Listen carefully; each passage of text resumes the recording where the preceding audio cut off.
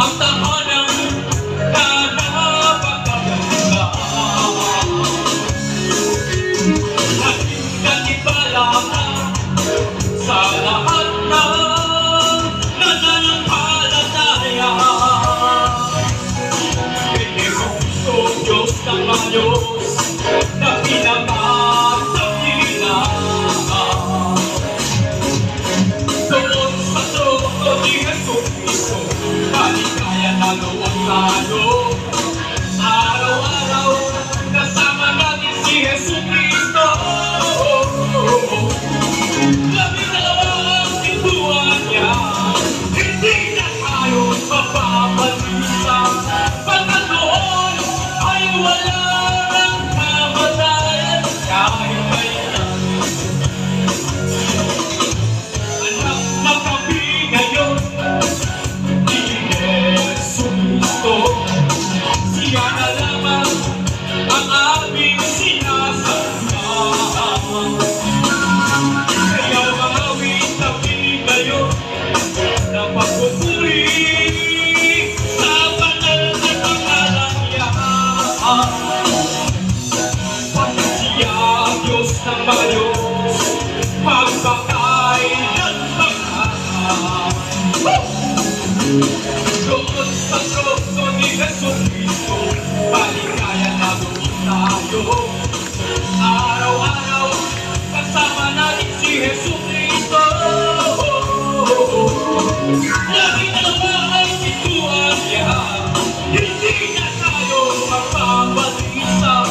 Pagkat doon ay wala ng kamatayan kahit kailan.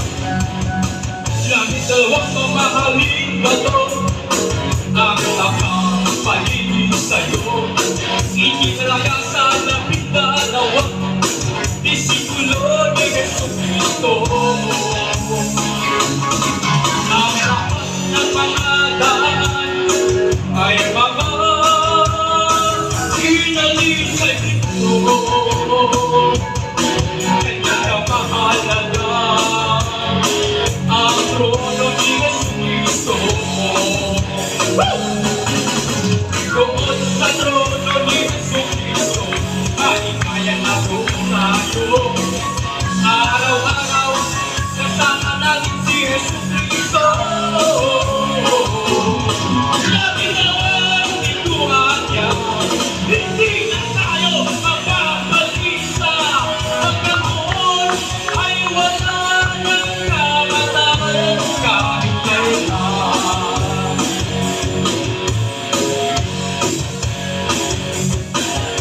Doon sa trono ni Jesucristo, maligaya na doon tayo.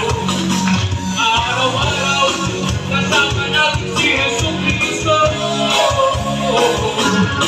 Labing-dalawang pintuan niya, hindi na tayo mapabalisa. Pagkat doon ay wala ng kamatayan kahit kailan.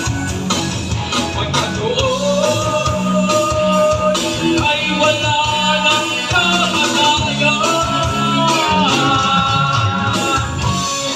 kahit kailan.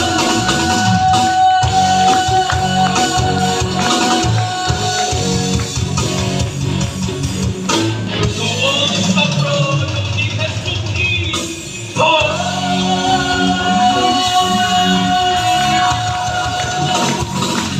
Maraming salamat.